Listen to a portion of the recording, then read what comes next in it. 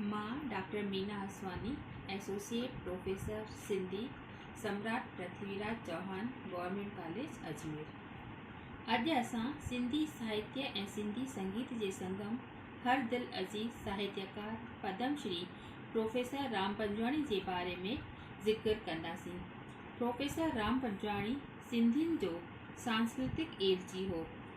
एलची माना संदेश पहुचाइण वारो। हिन साहिब देश विदेश में सिंधी साहित्य, सभ्यता, संस्कृति खे फैलाए ज़िंदह पीर अमरनाथ जो संदेश सुणायो ऐं सिंधी जातीअ में जागृति आंदी।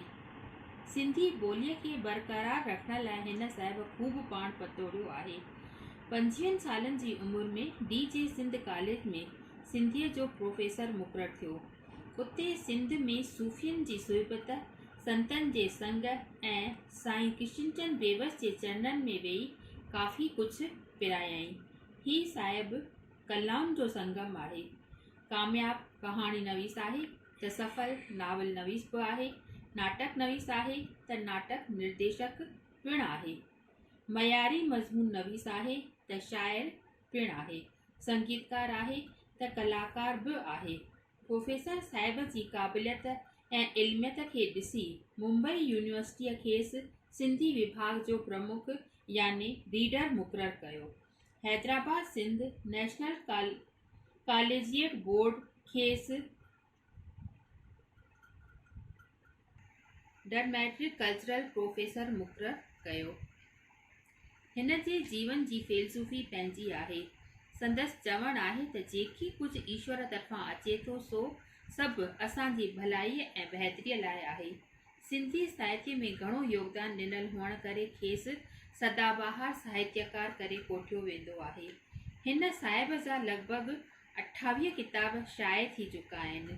साहित्य जी प्रसिद्ध सिन्फ़ नाविल लिखण में ही साहिब पंहिंजो मट पाण आहे। संदसि पहिरियों नाविल आहे पद्मा, जेको हिन सन 1939 ईस्वीअ में लिखियो। ही नाविल अंग्रेज़ी नावल इंटरनल सिटी जो उल्टो थियल आहे। संदसि ॿियो नाविल आहे शर्मिला, जेको 1946 में छपजी तयारु थियो। ही नाविल अंग्रेज़ी आखाणीअ जे आधार ते रचियल अथसि। टियों नाविल 1946 ईस्वीअ में लिखियईं, जेको हिंदी नाटक दीवार खां मुतासिर थी रचियईं। हिन साहिब जा असलोका नाविल आहिनि क़ैदी 1943 ईस्वीअ में, लतीफ़ा 1945 ईस्वीअ में, चांदीअ जो चमको 1947 में, ज़िंदगी या मौत आहे न आहे, शल धीअर न ॼमन 1952 में।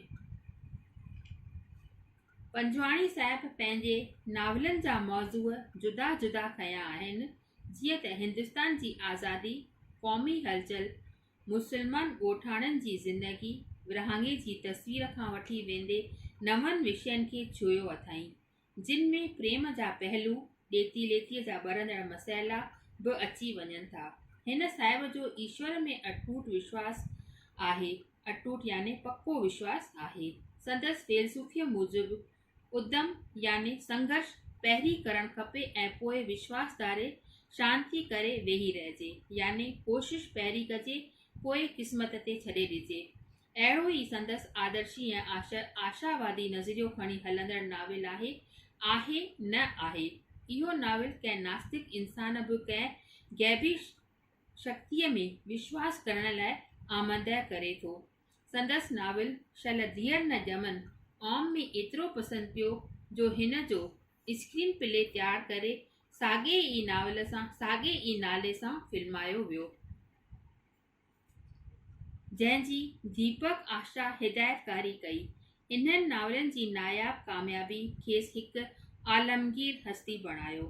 प्रोफेसर राम पंजवाणी साहिब नाविल निगार सां गॾोगॾु हिकु सुठो हिदायतकार यानी सलाह ॾींदड़ अदाकार यानी अभिनय कंदड़ पिणु हो।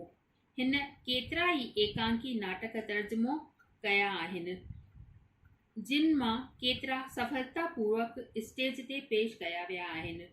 तौवील नाटकनि में मुख्य आहिनि पखे में पद्मणी 1943 में, यादि कंदा 1948 में, त्याग ऐं मूर्ति 1978 में, आयो नओ ज़मानो 1978 में। हिन साहिब जा इहे नाटक केतिरा ई शौक़ अलॻि अलॻि शाहकारनि में कामयाबी हासिल करे चुका आहिनि। लोक नाटक रचण में पिण ही साहिब पंहिंजो मट पाण आहे। हिन साहिब कराचीअ में ई सन 1941 में मूमल राणो नाटक लिखियो ऐं स्टेज ते पेश कयो। पखे में पदमणी बि लोक नाटक आहे, जंहिंमें उमर मारीअ जो किस्सो आहे। तंहिंखां पोइ शाह लतीफ़ खां मुतासिर थी शाह जूं 7 लोक कहाणियूं नाटकनि जी सूरत में पेश कयई। उहे सभु मजमूए जे रूप में सिंध जा 7 नाटक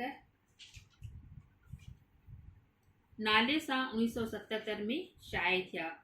ज़िंदगी जी तर्जमानी कंदड़ कहाणी नवीसनि में पिण हिन पाण मोकियो आहे। मोहम्मद गादीअ वारो ऐं सॼण तूं म छॾजां जियां तुंहिंजे आसिरे संदसि बहितरीन कहाणियूं आहिनि।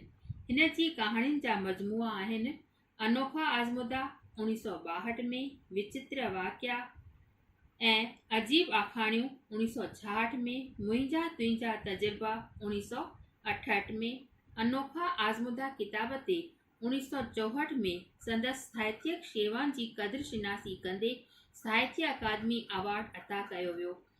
हिन साहिब जो साहित्य जीवन जी हक़ीक़तुनि ऐं आत्मिक अनुभवनि सां लाॻापो रखंदड़ आहे। सच त संदसि के स्मृतियूं आहिनि, के विरांगे खां अॻु जूं त के विरांगे खां पोइ जूं त के वरी लॾ पॾाइण वारे वक़्तु पैदा थींदड़ मसइलनि जूं। प्रोफेसर साहिब हिकु सुठो मज़मून निगार ऐं शाइर पिण आहे। संदसि मज़मून जा गुटका अदबी गुंचो ऐं सिपूं आहिनि। शेर ऐं शाइरीअ में सिंधी कलाम ऐं चौकीअ जा गीत चङी अहमियत रखनि था। प्रोफेसर साहिब न रुगो हिकु बर्ख साहित्यकार ऐं कलाकार आहे, पर हिकु मशहूरु लोकप्रिय गायक ऐं सिंधियत जो पैगाम पहुचाईंदड़ सिंधियुनि जो अॻवान पिण आहे। हिन पंहिंजे कलामनि ज़रिए न रुगो भारत जे सिंधियुनि खे, पर भारत खां दूर मुग़रब जे मुल्कनि में रहंदड़ सिंधियुनि खे पिण मुतासिर कयो आहे। हिन जो पहिरीं मधुर वाणी ऐं संगीत सां भारत जे पहिरें प्रधानमंत्री पंडित जवाहरलाल नेहरूअ जो मन पिण मोहे छॾियो। एतिरे क़दुरु जो हू खे चवंदो ई मटके वाला प्रोफेसर हो। अहिड़ीअ रीति प्रोफेसर राम पंजवाणी न सिर्फ़ु हिकु सुठो साहित्यकार ऐं संगीतकार बणियो, पर हिकु सुठो हिदायतकार ऐं अदाकार पिण हो। गायक ऐं संगीतकार जे हैसियत में हिन जा बेशुमार गीत, काफ़ियूं, कलाम, भॼन, गज़ल संगीत जी महफ़िलुनि में ॻायल आहिनि। संदसि संगीत जा रिकॉर्ड अक्सर ऑल इंडिया रेडियो तां पिया ॿुधबा आहिनि। न फ़क़ति एतिरो, पर भारत में जेके बि सिंधी फिल्मूं ठहियूं आहिनि उन्हनि में घणे तौरु अदाकार तौरु रोल कयो अथसि, जीअं त झूलेलाल, लाडली, सिंधूअ जे किनारे ऐं होजमालो फिल्मुनि में। ज़ाहिर आहे त प्रोफेसर राम पंजवाणी असां सभिनी सिंधियुनि लाइ फ़ख्र जो बाइस आहे। जीअं लोकमान्य तिलक मराठनि खे गणेश जी पूॼा सेखारे एकता आंदी, तीअं हिन सिंधियुनि खे अमरलाल जी पूॼा सेखारे ऐं सिंधियुनि में एकता आणण जी कोशिश कई। अॼु जेको असीं चेटीचंड खे सिंधियत ॾींहुं करे मल्हाए रहिया आहियूं, सो पिण हिन साहिब जी मुबारक कोशिश जो ई फल आहे। अहिड़े बहगुणे महबूब कलाकार जी क़द्र शिनासी कंदे भारत सरकार खेसि 1981 में पद्मश्री जो लक़ब अदा कयो। अहिड़े सिंधियत जे शीदाई ऐं क़ौम जे गण गुरे खे असांखे अॼु बि नाज़ आहे। सिंधी जाती कॾहिं बि संदसि थोरा भुलाए की न सघंदी।